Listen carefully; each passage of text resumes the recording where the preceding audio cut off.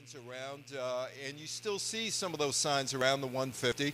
And even in Sault Ste. Marie, they celebrated 150. Sault Ste. Marie used to be part of the United States, part of Canada. Now half of it, or actually the bigger part of it, is in Canada, and the smaller part is in Michigan and in Little Current, Ontario. Now, how many of you taken this trip before and seen the Red Cliffs? When you sail into Prince Edward Island on Wednesday, get out to the deck. It is a show that you're going to see these red cliffs as you get to Prince Edward Island. And you definitely should go up to the deck and take a look at cliffs and take a look. And this was done in September of last year, so those trees should be yellow and orange and red. So it should be really nice. And going to PEI, you're going to PEI. There are a whole bunch of people who went to Prince Edward Island in 1864. 23 representatives from the Maritimes, which is New Brunswick, Nova Scotia, Prince Edward Island, met in Charlottetown to discuss a formation of a country. Now you will go into Charlottetown, you will see the building where these people met. And it was the beginning of the discussions that would eventually lead to the formation of the country of Canada, or the Dominion of Canada, on July 1st, 1867. You'll see this too. There were two John Hamilton graves. One of the John Hamilton graves was from Nova Scotia, the other one was from New Brunswick, and both of them decided, let's see if we could form a country. And there's that little statue of John Hamilton Gray, meeting John Hamilton Gray. In September 1864, PEI hosted the Charlottetown Conference. That was the first meeting, which led to the Quebec resolutions and the creation of Canada in 1867. Now, Prince Edward Island, oddly enough, is the birthplace of Canada, oddly enough. But oddly enough, Prince Edward Island did not join Canada at first. It chose to remain a colony of the United Kingdom.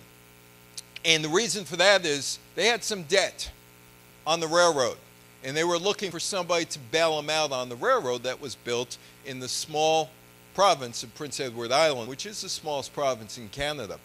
And they discussed, well, maybe we should become a country unto ourselves. But if you go to Prince Edward Island, you're going to see that it's not suitable for being a country. They talked to people from the United States, Ulysses S. Grant administration at that point, and asked them if they were interested in picking up Prince Edward Island as a state. But there was no interest from the Grant administration to pay off the debt of a railroad that they didn't own. And eventually Canada said, okay, come in.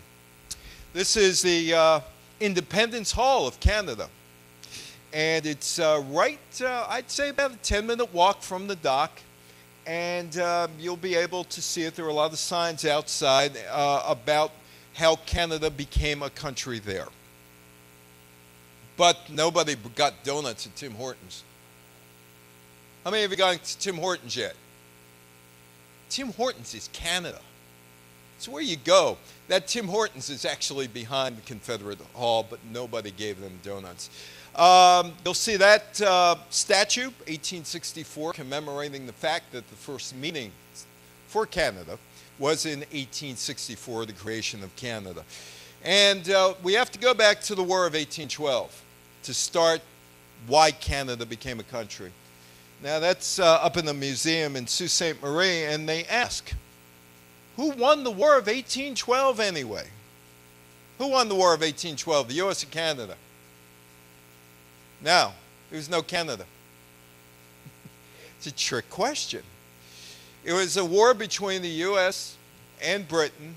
It was the final chapter of the American Revolutionary War, and it was fought mostly in the Midwest, and it was fought over fur trading, because furs were very valuable at that time.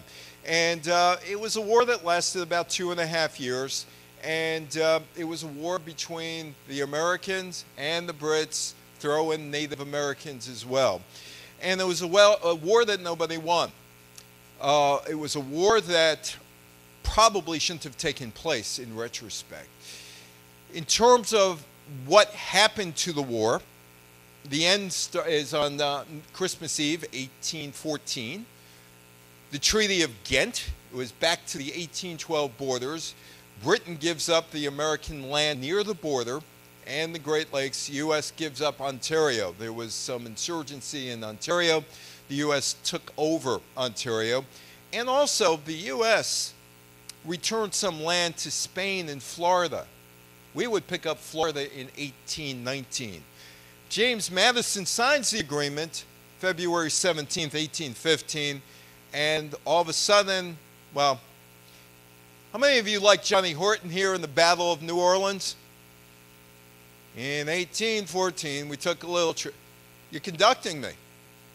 You conductor in music? I thought I had a conductor.